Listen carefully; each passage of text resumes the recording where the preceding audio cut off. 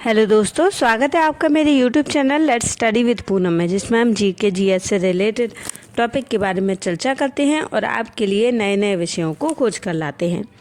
आज हम बात करने वाले हैं चंबल नदी के बारे में, उसके श्राप के बारे में और उसके स्वच्छ जल में बहने वाली, तैरने वाली और अपना जीवन बिताने वाली डॉल्फिन के बारे में। तो चलिए वीडियो को शुरू करते हैं।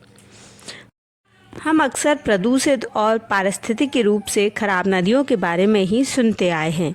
इस मामले में चंबल नदी आश्चर्यजनक रूप से एक अलग नदी के रूप में जानी और पहचानी जाती है।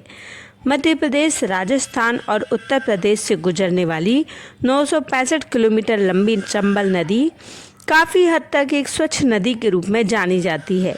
यह नदी अपने ऐतिहासिक और सांस्कृतिक महत्व, महान प्राकृतिक सौंदर्य और जैव विविधता मूल्यों के लिए प्रसिद्ध है। अतीत में डाकुओं के ठौर के रूप में जानी जाने वाली चंबल वास्तव में इको पर्यटन का स्वर्ग है। चंबल नदी विंध्य की ढलानों पर मध्य प्रदेश के महू के दक्षिण में मांडव के पास जानापाव की पहाड़ियों से निकलती है। नदी मध्य प्रदेश के उत्तर पूर्व में बहती है। कुछ समय के लिए यह नदी राजस्थान से होकर भी गुजरती है, फिर राजस्थान और मध्य प्रदेश के बीच सीमा बनाती है और फिर दक्षिण पूर्व की ओर मुड़कर यूपी में यमुना नदी में समाहित हो जाती है। ऐसी कहानियाँ प्रचलित हैं जो हमें बताती हैं कि राजा रंतिदेव द्वारा बलि दिए गए मवेशियों के खून से इसकी उत्पत्ति हुई है।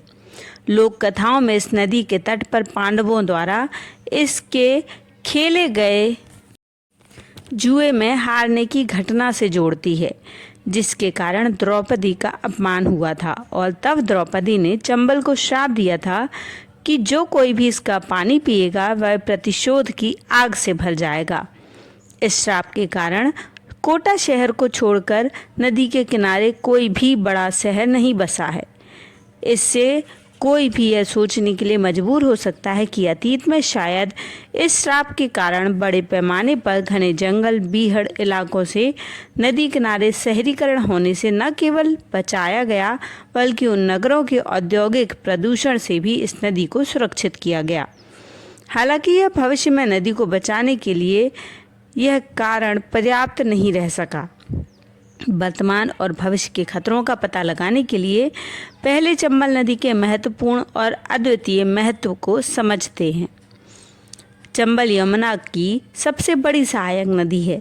वास्तव में यमुना को पुनर्जीवित करने में इसका महत्वपूर्ण योगदान है, इसलिए इसका गंगा बेसिन में अद्वितीय स्थान है। यमुना, जो दिल्ली के आगे आगरा तक अपने विस्तार में घातक रूप से प्रदूषित हो जाती है, ऐसे विपरीत हालात में उसे चंबल से जीवनदायी स्वच्छ मीठा जल मिलता है।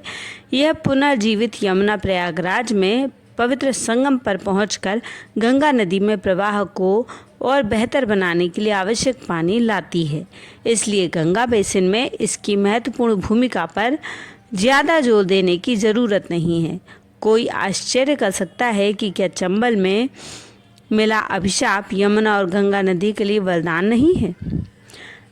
चंबल अपनी अनूठी पारिस्थितिकी के साथ अत्यधिक संकटग्रस्त नदी जीवों के लिए एक उल्लेखनीय समूह सरीसृपों, स्तनधारियों, पक्षियों, मछलियों और 500 से अधिक प्रजातियों का घर बना हुआ है। इसमें घड़ियाल, मगर, गंगा डॉल्फिन, चिकने कोट वाले ऊदबिलाव, मीठे पानी के कछुए, स्कीमर, सारस, क्रेन, काली गर्दन वाले सारस आदि शामिल है। नदी के रेतीले तट मगरमच्छों, मीठे पानी के कछुओं और भारतीय स्कीमर के लिए महत्वपूर्ण आवास प्रदान करते हैं। राष्ट्रीय चंबल वन्यजीव अभयारण्य 3 राज्यों में फैला अभयारण्य है। ये 5400 वर्ग किलोमीटर में फैला है और 400 किलोमीटर नदी के हिस्से को भी संरक्षित करता है। बढ़ती मानव आबादी, शहरीकरण और रसायनों के बढ़ते उपयोग के साथ कृषि पद्धतियां प्रवाह में कमी और नदी के किनारे औद्योगिकरण में नदी में अपशिष्ट जल के प्रवाह को बढ़ा दिया करती हैं, जिससे जल गुणवत्ता की चुनौतियां पैदा हो गई हैं।